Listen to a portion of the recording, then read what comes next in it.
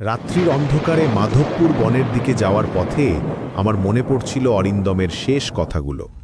সে বলেছিল ভূতটুত কিছু নেই, মায়াবন কুঠিতে এক রাত কাটিয়ে দেখাবো তোকে। আজ সেই অরিন্দম আর নেই, আর আমি চলেছি সেই একই পথে, সেই একই চ্যালেঞ্জ নিয়ে। অরিন্দমের মৃত্যুর খবর পেয়ে যখন মাধবপুর পৌঁছেছিলাম, তখন গ্রামের মানুষজন আমাকে বলেছিল যে সে নাকি হার্ট অ্যাটাকে মারা গেছে। কিন্তু আমি জানতাম অরিন্দমের হার্টের কোনো সমস্যা ছিল না। সে ছিল একদম সুস্থ, শক্তিশালী একটা ছেলে। তাহলে হঠাৎ করে কি হলো তার? গ্রামের বুড়ো কাকা রামকৃষ্ণ আমাকে সব খুলে বলেছিলেন। অরিন্দম নাকি মায়াবন কুঠিতে রাত কাটানোর জন্য গিয়েছিল। সকালে তাকে মৃত অবস্থায় পাওয়া গেছে। তার মুখে ছিল আতঙ্কের ছাপ, চোখ দুটো ছিল বিস্ফোরিত, যেন সে কিছু দেখেছিল যা দেখার কথা নয়। মায়াবন কুঠি নিয়ে আমাদের মধ্যে অনেক তর্ক হয়েছিল। অরিন্দম বলতো এসব কুসংস্কার, ভূত বলে কিছু নেই।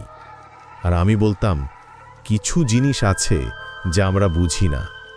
কিন্তু আজ মনে হচ্ছে হয়তো আমাদের দুজনেরই ভুল ছিল। মায়াবন কুঠি ছিল একটা পুরনো জমিদার বাড়ি। বছর 50 আগে সেখানে একটা পরিবার থাকত, কিন্তু এক রাতে সবাই রহস্যজনকভাবে মারা যায়। তারপর থেকে কেউ সেখানে থাকতে পারেনি। যারা রাত কাটানোর চেষ্টা করেছে তারা হয় পাগল হয়ে গেছে, নয়তো মারা গেছে। অরিন্দমের মৃত্যুর পর আমার মনে হলো এটা কোনো সাধারণ মৃত্যু নয়, কিছু একটা আছে যা আমাদের জানা দরকার। তাই আমি সিদ্ধান্ত নিলাম যে আমিও এক রাত কাটাবো মায়াবন কুঠিতে। রাত 12টার সময় আমি পৌঁছলাম কুঠির সামনে। পুরনো দালানটা দেখতে ভয়ঙ্কর লাগছিল। ভাঙা জানালা, খসে পড়া প্লাস্টার আর চারদিকে জঙ্গলের আওয়াজ। আমি একটা টর্চ আর কিছু মোমবাতি নিয়ে এসেছিলাম। ভেতরে ঢুকতেই একটা ঠান্ডা হাওয়া এসে আমার গায়ে লাগল। অদ্ভুত ব্যাপার হলো, বাইরে তো কোনো হাওয়া ছিল না। আমি মোমবাতি জ্বালিয়ে চারদিক দেখতে লাগলাম। দেয়ালে পুরনো ছবি ঝুলছিল, মেঝেতে ধুলো আর পাতার স্তূপ।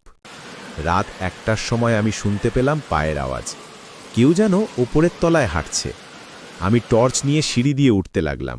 প্রতিটা পদক্ষেপে সিঁড়ি কেঁপে উঠছিল। ওপরে পৌঁছে দেখলাম একটা লম্বা করিডোর। করিডোরের শেষে একটা ঘর। সেই ঘরের দরজা আধ খোলা। আমি ধীরে ধীরে এগিয়ে গেলাম।